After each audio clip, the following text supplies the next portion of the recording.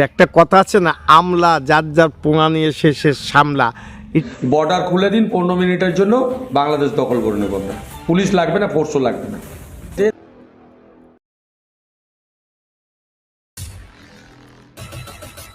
সামলা, এটা হলো আমাদের গ্রামগঞ্জে গেও ভাষা। বাংলাদেশ মোহাম্মদ ইউনূস যে ষড়যন্ত্র ভারতের প্রতি করেছে, উল্টো ষড়যন্ত্র ওনার প্রতি হচ্ছে। ওনার এখন লেজে গোবরে হয়ে গেছে।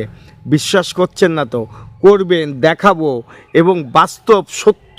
কারণ এটা আমার মুখের কথা নয়, আপনারা ভিডিওটা দেখলে বুঝতে পারবেন মোহাম্মদ ইউনূসের পরিস্থিতি কি হলো। এখন দেশ বাঁচানোর জন্য উনি খুব ব্যস্ত।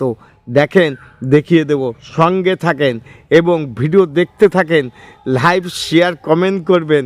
চ্যানেল নাম don't care, Facebook page Krishna Krishna. Mohammad Yunus এখন কত বড় বিপদে পড়েছে দেখুন না। ভারতের পিছনে কাটি দিতে গিয়ে নিজের পিছনে কাটি ঢুকে গেছে। এখন উনি কি করে বাঁচবে উনি নিজেই জানে না। তাই ভারত সবসময় হুমকি ঝুমকি মারে। তাহলে চলেন দেখা যাক ভিডিওটা। রহস্য নাই, শক্ত ভিডিও, এবং ইউনূসের লেজে গোবরে কীভাবে হলো সেটাও দেখাবো। কারণ নিজের ক্ষতি যে করে, পরের ক্ষতি যে করে, নিজের ক্ষতি তার হয়, তার প্রমাণ আমার এই ভিডিওর মধ্যে পাবেন। এখন ইউনূসের ঘুম হারাম হয়ে গেছে। বাংলাদেশে যে 18 কোটি জনগণ যারা ভারতকে নিয়ে এত লম্ফজম্ফ মারছে, তাদেরও ঘুম হারাম হয়ে গেছে। দেখেন, সঙ্গে থাকেন, ভিডিওটা দেখতে থাকেন, ভালো লাগবে। মিথ্যা বলছি কি না সত্য বলছি যথেষ্ট প্রমাণ দিয়ে ভিডিওটা শুরু করা যাক।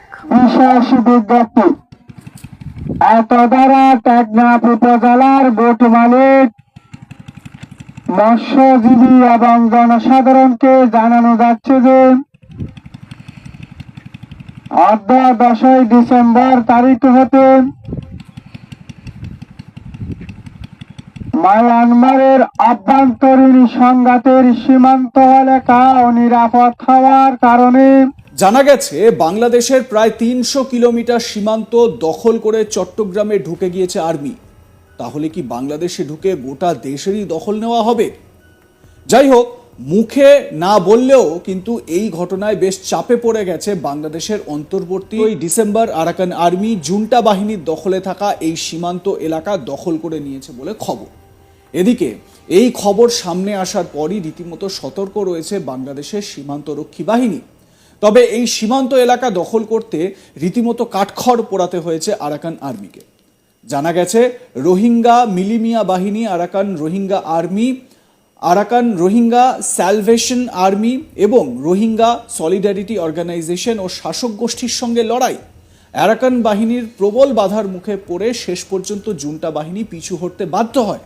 জানা গিয়েছে মংডুর এই যুদ্ধের পরে প্রায় 80 জন রোহিঙ্গা বিদ্রোহী সহ সরকারি সৈন্যদের পাশাপাশি সামরিক operation commando 15 commander brigadier general Thurein তুনকে গ্রেপ্তার করেছে আরাকান আর্মি। এদিকে বাংলাদেশ সীমান্ত সংলগ্ন এলাকা দখল হয়ে যাওয়ায় নতুন করে বাংলাদেশে রোহিঙ্গা অনুপ্রবেশের সম্ভাবনাও উড়িয়ে দিচ্ছে না ইউনূস প্রশাসন। একবার মিথ্যা কিছু বললেই নেই, আমি সত্য কথা বলেছি। যদি না বলি, এটা আমার সাজানো গুজানো গল্প নয়, এই গল্প অতি বাস্তব, অতি সত্য। কারণ বাংলাদেশের তরফ থেকে মাইকিং করা হচ্ছে। আপনারা বলুন যে আমাদের ভারতবর্ষের পিছনে যারা দিনের পর দিন কাটিয়ে দিতে থাকলো, তাদের আবারও এই দুর্দশা কীভাবে আসলো বলুন তো দেখি। ভাবা যায় না।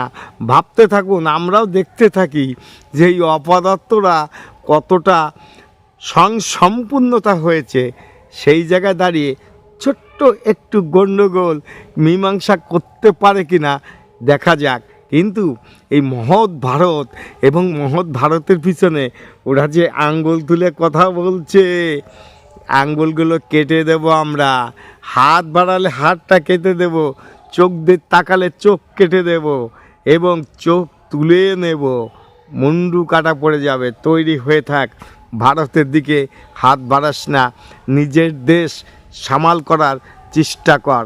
কারণ তোরা ভারতের দয়ায় বেঁচে আছিস, সেখানে দাঁড়িয়ে তোরা এত বড় অপদার্থ যে যাদের দয়ায় তোরা বেঁচে আছিস, একটা নোমখানা মির্জাফর আমাদের খেয়ে আমাদের সঙ্গে অনেক ছলছতুরি করছিস, ক্ষমা করবে না।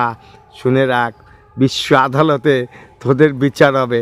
তাহলে দেখলেন তো ভিডিওটা, আমার সাজানো গল্প না, ইনুস কেন লেজে গোবরে হয়ে গেল। যাক, ভিডিও যদি ভালো লাগে লাইক শেয়ার কমেন্ট করবেন, আগামী দিনে একটু আশীর্বাদ করবেন যাতে আমাদের প্রতি এবং ভারতবর্ষের প্রতি মানুষের দয়ায় বেঁচে থাকতে পারে ভারতবর্ষ, এবং আমিও সেই সঙ্গে। নমস্কার, টাটা। Madam, when sorry.